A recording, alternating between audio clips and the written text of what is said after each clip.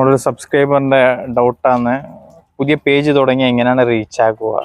ഇത് ഞാൻ തന്നെ ഒരുപാട് പ്രാവശ്യം പറഞ്ഞു തന്നിരുന്നു, എന്നിരുന്നാലും പിന്നെയും പറയാം.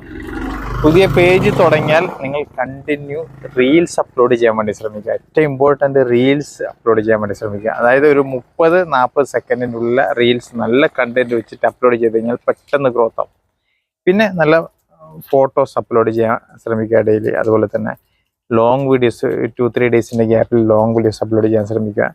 ഒരു വീക്കിൽ ഒരു 2-3 ആഴ്ചൻ്റെ ഇടയിൽ ഒരു ചെറിയൊരു ലൈവ് 4-5 മിനിറ്റ് ലൈവ്, നിങ്ങൾ സെൽഫ് ഇൻട്രൊഡക്ഷൻ, ഇനി ആരും ലൈവിലില്ലെങ്കിലും ഒരു സെൽഫ് ഇൻട്രൊഡക്ഷനായിട്ട് ലൈവ് അപ്ലോഡ് ചെയ്യാൻ വേണ്ടി ശ്രമിക്കുക. അതുപോലെ തന്നെ പിന്നെ കമൻറ്റ്, നമ്മളുടെ ഫോളോവേഴ്സിൻ്റെ കമൻറ്റ്, നമ്മളെ കണ്ടൻറ്റിന് വരുന്ന കമൻറ്റിന് റിപ്ലൈ കൊടുക്കാൻ ശ്രമിക്കുക.